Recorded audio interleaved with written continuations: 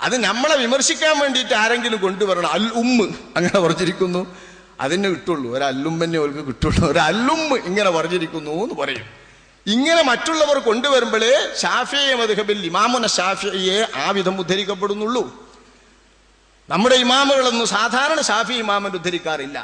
അത്തരം ഒരു ഇമാമിന്റെ പിന്നിൽ, അതായത് തൻ്റെതാണ് ഇത് എന്ന ലെവലിൽ അറിയപ്പെടുന്നതിൽ ഒരു താല്പര്യവുമില്ലാത്ത ഭക്തരിൽ ഭക്തരായ സാഹിദുകളിൽ സാഹിദായ ഒരു ഇമാമിന്റെ പിന്നിൽ നിന്നുകൊണ്ട് മാതൃക ഉൾക്കൊണ്ട, അവരിൽ നിന്ന് പ്രേരണ ഉൾക്കൊണ്ട, പ്രചോദനം ഉൾക്കൊണ്ട ഷാഫി മദ്ഹബുകാരായ മിക്ക രചയിതാക്കളും പണ്ടത്തെ കാലത്ത് അവരുടെ പേരെഴുതാറില്ല. പൊന്നാനി പണ്ഡിതന്മാർ വിശേഷിച്ചു. അതുകൊണ്ട് പേരെഴുതാത്തത് കൊണ്ട് അത് ആളില്ലാത്തതല്ല. അത് ഉപയോഗിക്കുന്ന ആളുകളിൽ അതുമായി ബന്ധപ്പെട്ട പണ്ഡിതന്മാർക്ക് സങ്കല്പമുണ്ട് അതേക്കുറിച്ച്. സാധാരണക്കാർക്ക് പിന്നെ ആളെ തിരിഞ്ഞാലും തിരിഞ്ഞില്ലെങ്കിലും വലിയ കാര്യമൊന്നുമില്ല. ഓതാനുള്ളത് ഓതില്ലേ വേണ്ടുള്ളൂ. നമ്മൾ മുസഹഫ് എടുത്ത് ഓതുന്നുണ്ട്. ആരാപ്പ ഈ മുസഹഫ് ഈ കോലം ക്രമീകരിച്ചത് എന്ന് വല്ല സാധാരണക്കാരും അറിയാറുണ്ടോ? അറിയാറില്ല. അള്ളാന്റെ കലാമല്ലേ നമ്മൾ ഓതുന്നതാണ് മുസഹഫ് എടുത്ത് ഓതും. പക്ഷെ പണ്ഡിതന്മാർക്കറിയാം മുസഹഫ് ഈ കാണുന്ന വിധത്തിൽ കോടീകരിച്ച് നമ്മുടെ കയ്യിലേൽപ്പിക്കുന്നതിൽ പ്രധാനമായും നമ്മൾ കടപ്പെട്ടിരിക്കുന്നത് ഒന്നാം ഖലീഫ അബൂബക്കർ സിദ്ദീഖ് റളിയല്ലാഹു അൻഹുവിനോടും തന്റെ സഹയാത്രികനായ ഉമറുൽ ഫാറൂഖ് എന്നവരോടുമാണ് എന്ന്. നബിന്റെ കാലത്തില്ല മുസഹഫ്.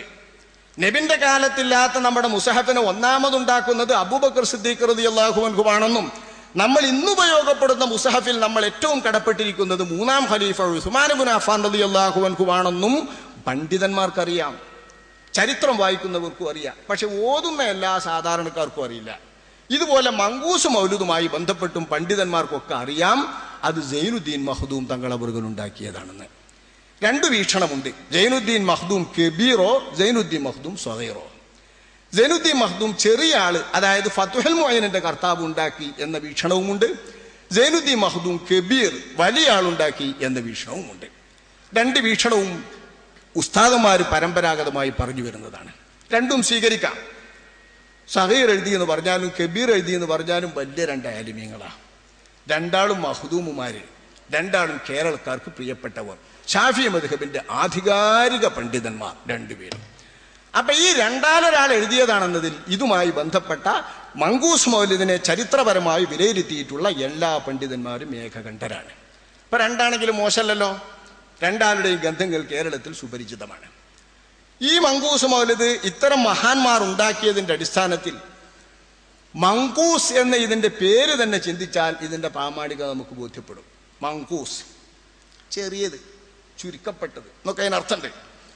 മുഖ്തസർ എന്ന അർത്ഥത്തിലാണ്, മറ്റൊരു ഗ്രന്ഥത്തിൽ നിന്ന് അവലംബിച്ച് ചുരുക്കപ്പെട്ടത് എന്ന അർത്ഥത്തിലാണെങ്കിൽ മങ്കൂസ് മൗലിദ് മഹാനായ ഇമാം ഗസാലി റളിയല്ലാഹു അൻഹുവിന്റെ വലിയ സുബ്ഹാന മൗലിദിൽ നിന്ന് ചുരുക്കിയെടുത്ത മൗലിദാണ്. ആ സങ്കല്പത്തിനും ആ നിരൂപണത്തിനും നല്ല ന്യായം കാണാം. നമ്മൾ ഏടുകളിൽ തന്നെ വലിയ ഏടില്ലേ, കുറെ മൗലിദുള്ള ഏട്, ആ ഏടിൽ നോക്കിയാൽ വലിയ സുബ്ഹാന മൗലിദ് കാണാം. വലിയ സുബ്ഹാന മൗലിദിന്റെ അവസാനത്തിൽ തന്നെ കാണാം അത് ഗസാലി ഇമാമിന്റെ രചനയാണെന്നതിലേക്ക് സൂചന. ഫസ്ഫഹ് വമുന്ന ബിജംഇ ശംലിൻ വസ്ഫഹ് വമുന്ന ബിജംഇ ശംലിൻ വഗ്ഫിറൻ ലിമുഹമ്മദ് ഇബ്നി മുഹമ്മദ് ഇബ്നി മുഹമ്മദീൻ. വലിയ സുബ്ഹാന മൗലിദിന്റെ അവസാനത്തിലുണ്ട് മുഹമ്മദ് ഇബ്നു മുഹമ്മദ് ഇബ്നു മുഹമ്മദ്.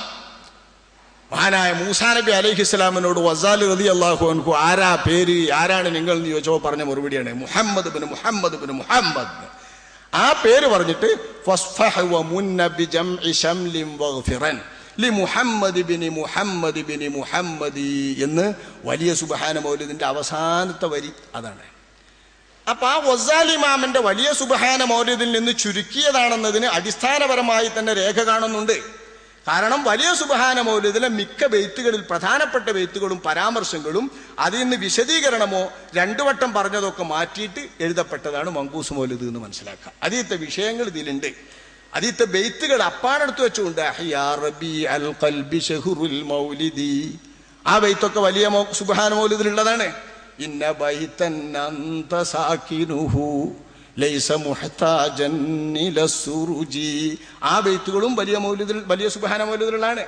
അപ്പൊ വലിയ സുബ്ഹാന മൗലിദിലുള്ള ഏതാനും ബെയ്ത്തുകളടക്കം പല ഈരടികളും അടക്കം അതിലെ കഥകൾ ചുരുക്കി ഉണ്ടാക്കിയത് കൊണ്ട് മങ്കൂസ് മൗലിദ് എന്നതിന് പേര് പറയുന്നു. അല്ല, ചെറിയ മൗലിദ് എന്ന നിലക്ക് എല്ലാ മൗലിദുകളെക്കാളും ചെറുതായി, ആപേക്ഷികമായി ചെറുത് എന്ന നിലക്കാണ് മങ്കൂസ് മൗലിദ് എന്ന് പറഞ്ഞു വരുന്നതെന്നും പറയുന്നു.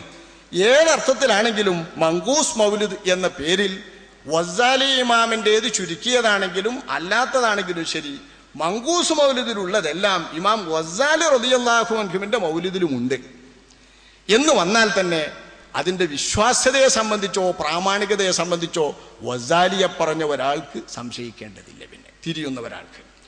അപ്പൊ ഇമാം സൈനുദ്ദീൻ മഖ്ദൂം തങ്ങൾ അവർകൾ ഉണ്ടാക്കിയ മഹാസുന്ദരമായ മൗലിദിൽ കർത്താവിൻ്റെ പേരിൽ എന്നതിൻ്റെ പേരിൽ വാറോല എന്ന് പറയുന്നത് വളരെ അബദ്ധമാണ്. കർത്താവിൻ്റെ പേരില്ലെങ്കിൽ പേര് പഠിച്ചുകൊള്ളുക.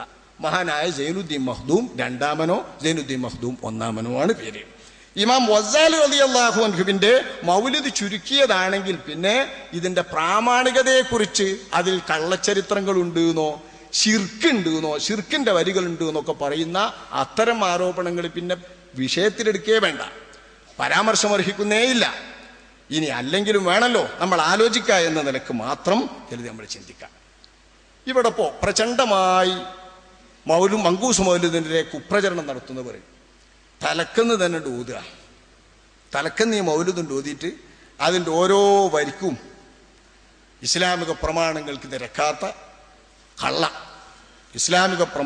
നിരക്കാത്ത കള്ളക്കഥകളാണ്. ഇസ്ലാമിക പ്രമാണങ്ങൾക്ക് നിരക്കാത്ത കള്ളക്കഥകളാണെന്നതിന് അതിൻ്റെ വരി ഓരോന്നും ഓതിയിട്ട് തുടങ്ങിയിട്ട് ഒന്നാകെ വിവരിച്ചുകൊണ്ട് നടക്കുന്ന ഓരോ വളരെ മോശപ്പെട്ട തരംതാണ രീതിയിലുള്ള വിമർശന പ്രസംഗങ്ങളാണ് ഇവിടെ നടന്നുകൊണ്ടിരിക്കുന്നത്.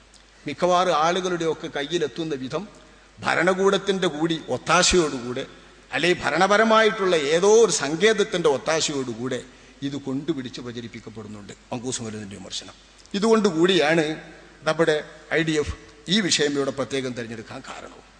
തലക്കെന്ന് നോക്കി നോക്കി, സുബ്ഹാനല്ലദീ അത്ലഅ ഫീ ശഹ്രി റബീഇൽ അവ്വലി ഖമറ നബിയിൽ ഹുദാ വഔജദ നൂറഹു ഖബ്ല ഖൽഖിൽ ആലമി വസമ്മാഹു മുഹമ്മദാ അല്ലാഹുമ്മ സ്വല്ലി വസല്ലിം അലൈഹി. നമ്മൾ സാധാരണ മൗലിദ് ഓതല്ലേ. മൗലിദ് ഇപ്പോൾ തല മുതൽ അവസാനം വരെ ഒന്നും ഞാൻ ഓതാൻ പോണില്ലേ. ഞാൻ വിമർശിക്കപ്പെടുന്ന ഏതാണ്ട് ലേസന് പറഞ്ഞാലും ബാക്കിയൊക്കെ നമുക്ക് തീരും.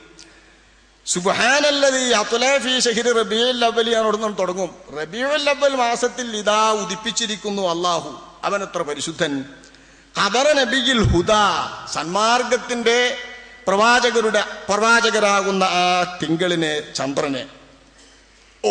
അവിടെ തന്നെ പോയി കള്ളക്കഥ. റബീഉൽ അവ്വലിലാകുന്നു നബിയുടെ ജനനം എന്നുള്ളതിന് തന്നെ ചരിത്രപരമായി തെളിവൊന്നുമില്ല.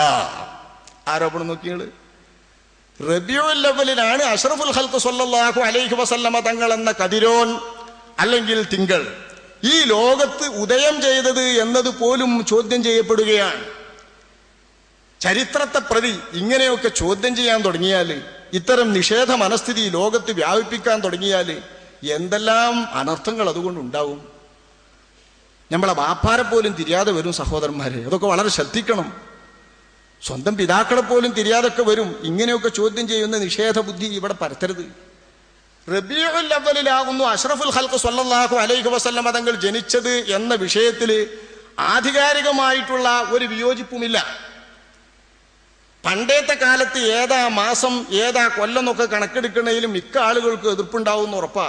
ഇപ്പം നമ്മളൊരു 10-30 വയസ്സായ കുട്ടിൻ്റെ ഉമ്മാനോട് ചോദിച്ചു നോക്കി, ഈ കുട്ടിനെ ഏത് അറബ് മാസത്തിലാണ് പ്രസവിച്ചത്, പറയണ്ടാവില്ല. പലപ്പോഴും പല അഭിപ്രായമായിരിക്കും. 2 സഹോദരിമാർ അവരുടെ മക്കളെ ചൊല്ലി ആ വിഷയത്തിൽ തർക്കിച്ചാൽ ഏതു മാസമാണ് ജന്മം നൽകിയത് എന്ന് തിരിയൂല. നല്ലോണം പഠിച്ചു വെച്ചിട്ടുള്ളവർക്കും തിരിയൂല. കാരണം കാലത്തിനനുസരിച്ച മാറ്റവും വരും, നിശ്ചയിക്കാത്ത രീതിയും വരും, ഉപയോഗമില്ലാത്ത പ്രശ്നവും വരും. ഇങ്ങനെ പല പ്രശ്നങ്ങളാൽ മാസത്തെക്കുറിച്ച് വിഷമുണ്ടാവാറുണ്ട്. അള്ളാഹുവിൻ്റെ റസൂലിൻ്റെ കാലത്ത് ഇതിലേറെ പരിചയമില്ല മാസം നോക്കുന്ന ഇടപാട്. സംഭവങ്ങൾ ആധാരമാക്കി മാത്രമാണ് ചരിത്രങ്ങൾ അവർ രചിക്കുന്നത്, ചരിത്രങ്ങളെ അവർ വിലയിരുത്തുന്നതും. ആമുൽ ഫീൽ, ആനക്കലഹം എന്ന് നോക്കിയിട്ടാണ്. ആനക്കലഹം, ഈ ആനക്കലഹവുമായി ബന്ധപ്പെട്ട് അതിൻ്റെ എത്ര നാൾ മുമ്പ് എത്ര നാൾ പിമ്പ് നോക്കിയാൽ അപ്പം മാസം വിവരമല്ല. അവിടെ കലഹസംഭവവുമായി ബന്ധപ്പെട്ടുകൊണ്ടാണ് മിക്കവാറും റസൂലുള്ളാന്റെ ആഗമനവുമായി ബന്ധപ്പെട്ട കാലത്ത് അല്ലാഹു സുബ്ഹാനഹു വ തആല റസൂലുള്ളാന്റെ ജനനവുമായി ബന്ധപ്പെട്ട് ഏറ്റവും അടുത്ത ദിനങ്ങൾക്ക് മുൻപ് ഒരാനന്റെ സംഭവം കൂടി ഉണ്ടാക്കിയിട്ടില്ല എന്ന് വെച്ചാല്, അത്ഭുതപ്പെട്ട ഒരാനക്കഥ കൂടി ഉണ്ടാക്കിയിട്ടില്ല എന്ന് വെച്ചാല് അള്ളാഹുവിന്റെ റസൂലിന്റെ ജനനം തീർത്തും ചരിത്രവുമായി ബന്ധപ്പെട്ട് കിടക്കാതെ പോയേനെ.